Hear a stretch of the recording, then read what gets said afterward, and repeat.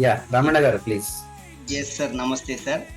So ఈరోజు session start అయినప్పటి నుంచి మనము వెంకటేశ్వర స్వామి గురించి, అరుణాచలేశ్వర్ గురించి, సో రామాయణం గురించి స్టార్ట్ చేసుకున్నాము. ముఖ్యంగా ఎస్ ఫస్ట్ పాయింట్ చాలా బాగా నచ్చింది సార్. ఎందుకంటే యుద్ధ సన్నివేశంలో ఎవరి మీద అని విభీషణుని రాముని నమ్మడం అని.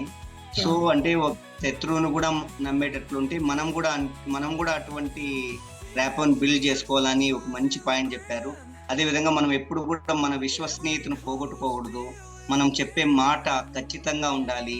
సో నిజాలు ఉండాలి, అబద్ధాలు ఆడకూడదు. ఇట్లాంటివి చిన్న చిన్న విషయాలైనా కానీ ఇవి జీవితాన్ని ప్రభావితం చేస్తాయి.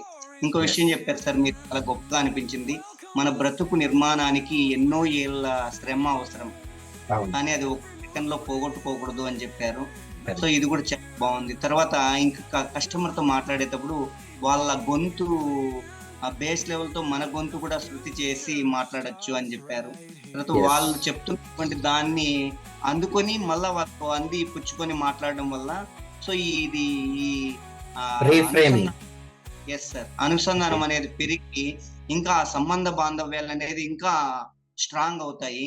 సో దాని ద్వారా కస్టమర్ తో మనం ఇంకా మంచి సంబంధం చేసుకోవచ్చు అని చాలా నీట్ గా చెప్పారు సార్. థ్యాంక్ యూ, నమస్కారం, ధన్యవాదాలు. Thank you sir, thank you.